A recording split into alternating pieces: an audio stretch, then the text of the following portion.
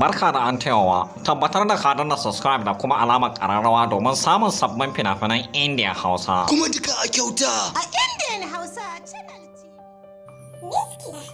Miskila kayataccen kafce ne na kamfanin alhussain record masu birbiɗin fassarar Indian Hausa suka an tayo muku shi. Kayataccen kafce ne da ya fito a wannan lokaci. Kuma fim ne wanda zai kayatar da dukkanin ma'abocin kallon fina-finan Indian fassarar Hausa.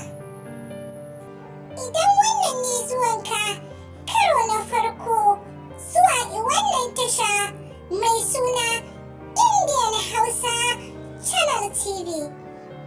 Kar ka manta da danna mana subscribe da kuma alaman kararrawa don sanar da kai da zarar mun ɗaura.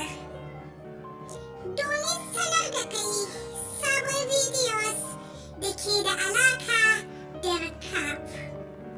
Shahararren shedan ma'ana Kalasur bayan ya yi tozali da irin ahalin da yake nema ranar ɗaurin aurenta.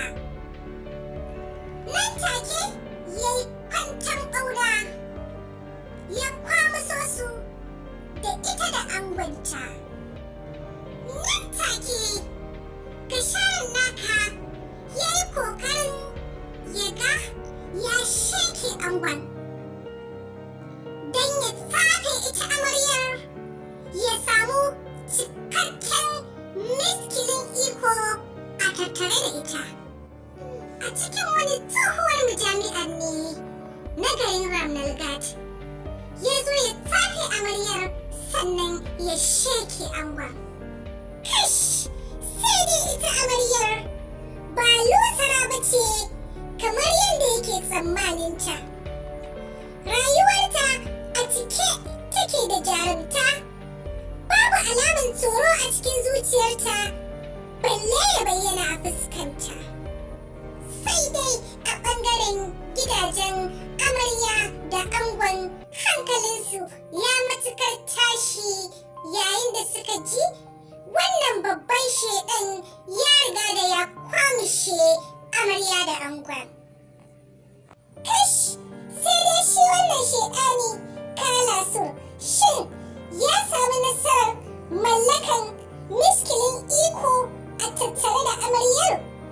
Ko kuma amaryar ce za ta samu nasarar kawo ƙarshen Kalasur ta sheke shi? Tabbas wannan kafce yana kunshi da cafakiyoyi pink wanda na furta a baya.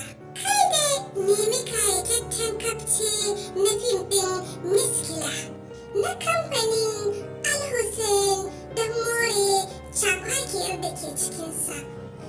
Kai dai kulla halaka da wannan tashar tamu ta Indian Hausa Channel TV. Kar ka manta da danna mana subscribe da kuma alamar kararrawa don more fashin baki da ke cikinsa ko kuma in ce recap. Don sanar da kai sabbin fina-finanmu da zarar mun daura.